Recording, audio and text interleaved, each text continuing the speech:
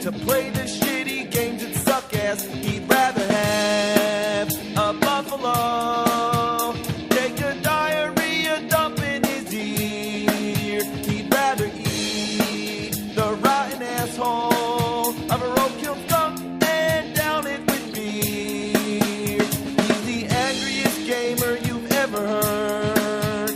He's the angry Nintendo nerd. He's the angry Atari Sega nerd. He's the angry video game nerd.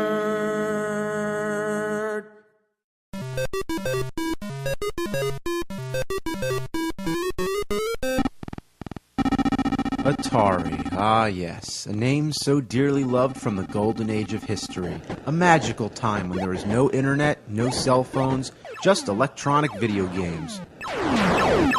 Okay, it was the dark ages, but life was simple. Atari was the prime innovator in video arcades, home computers, and home video game consoles. The Atari 2600 revolutionized the game industry. It made popular the use of changeable cartridges and plug-in controllers. The games were primitive and choppy, but back in those days, they were fascinating.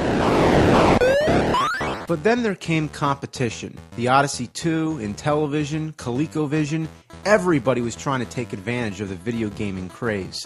It wasn't like today where you have a choice of only 3 consoles. Back then, there were so many fucking video game systems it made your head spin. Also, there wasn't any way to know which games were good and which games were bad, so consumers were alienated by an overblown market. So Atari made another console, the 5200. It replaced the TV game switch with an automatic switch box. It also tried to eliminate the use of wires by plugging the AC adapter directly into the switch box. But that only made it more confusing. The controllers had a pause button, which was new at the time, but the joysticks were faulty and unreliable. What it all came down to, the 5200 was an oversized piece of shit. I made a whole video about it, that's how much that sucks. Following the video game crash of 1983 and 84, Nintendo and Sega would rise from the ashes, once again revolutionizing the market and ushering in a new generation of gaming.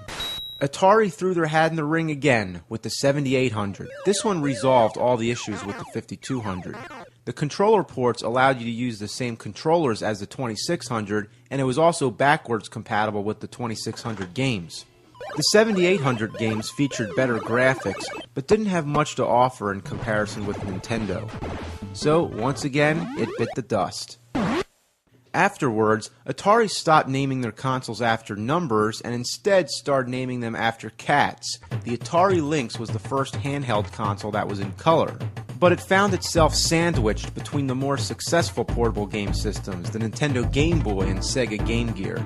Though the Lynx was pretty cool, gamers found it to be a little bulky, even with the Lynx 2, the new design model. The Lynx 1 took more batteries and drained them faster than the Game Boy. Also, it didn't have the same third-party support as the others, so it lost again. Meanwhile, Nintendo and Sega were in steady competition, but whether anyone preferred the NES library games or the Sega Genesis games was a matter of opinion. However, the debate amongst the fans and Sega's marketing campaign came down to one simple fact. The Genesis was 16-bit and the NES was only 8. This started a little trend I like to call the Bit Wars. Nobody ever talked about bits before that, and nobody ever talked about bits since. And what are bits anyway? Nobody knew, they're just bits. Try explaining that to your parents. Oh, I want a Super Nintendo for Christmas. Don't you already have a Nintendo? Yeah, but this one's 16-bit. What's that? I don't know. Other than it meaning the graphics were better, that's all we cared about. But the Bit Wars brought down our sense of gaming to numbers. People began to care more about the graphics and less about the actual gameplay. It was to the point that some consoles even used a number of bits in their name, like the TurboGrafx 16 and the Nintendo 64. But in 1993, one console would come along to remind us that bits aren't everything. It was the Atari Jaguar, and it was announced as the first 64-bit game system. We were like, damn! 64? That's like 4 times the bits! Even the official advertising slogan said, do the math.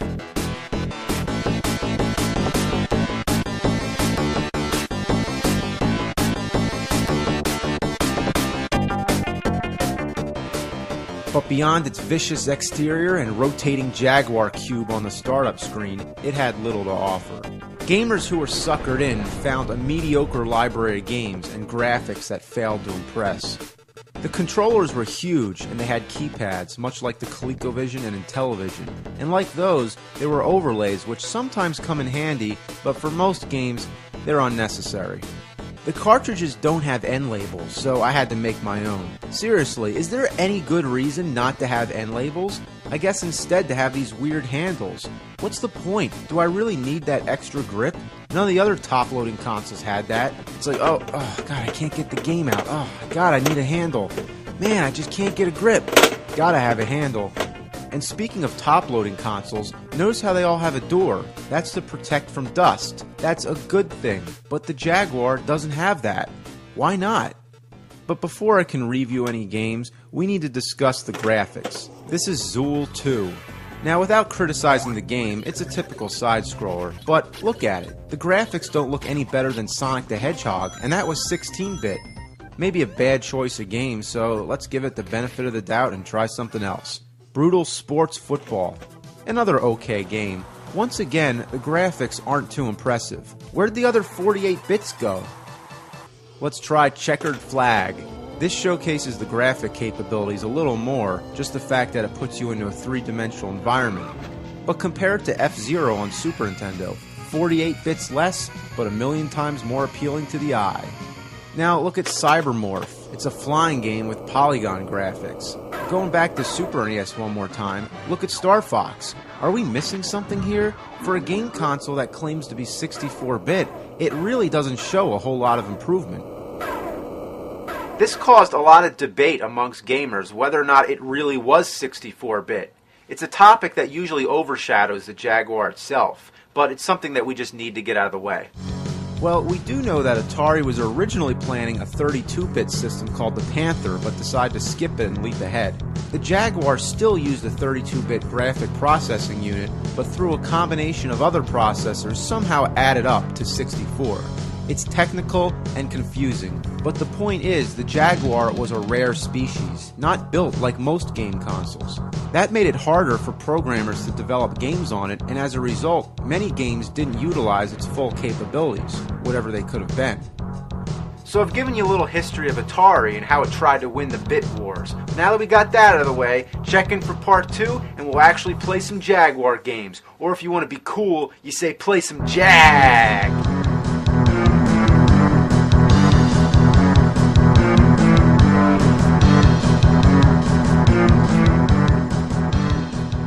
Check in for part 2 and we'll play some Jag.